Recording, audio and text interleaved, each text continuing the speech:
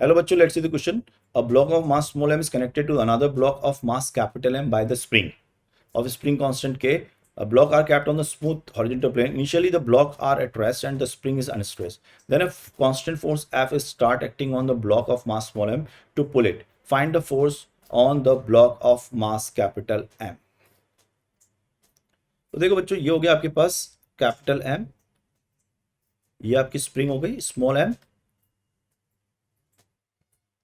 ठीक है, और यहां पर गंदा डायग्राम आ गया.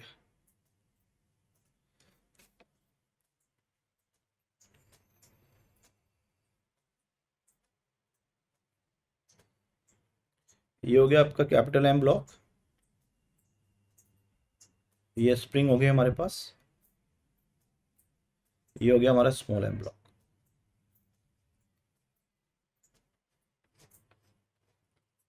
और ये लगा दिया हमने फोर्स.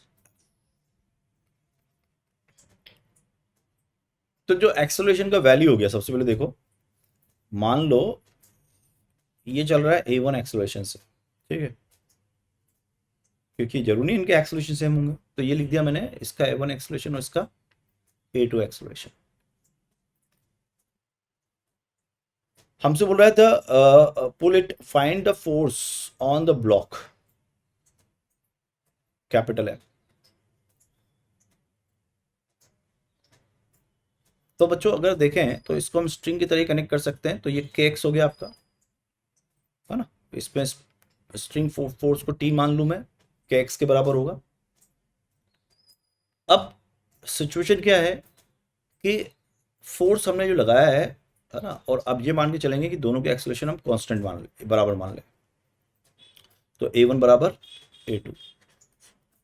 तो क्या हो जाएगा यहां से, तो एक्सेलरेशन ऑफ सिस्टम जो बन जाएगा वो हो जाएगा आपका f upon capital M plus small m. ठीक है, और a1 बराबर a2 is equal to a system. अब मुझे ये जो m को चला रहा है वो t चला रहा है, यानी कि स्प्रिंग फोर्स के x चला रहा है. That is equal to what, mass into acceleration, capital M into acceleration. और एक्सेलरेशन कितना है, f अपॉन m प्लस. तो स्प्रिंग फोर्स जो बन जाएगा हमारे पास बच्चों, वो हो जाएगा mf upon m plus m. That means the D option is correct. All the best.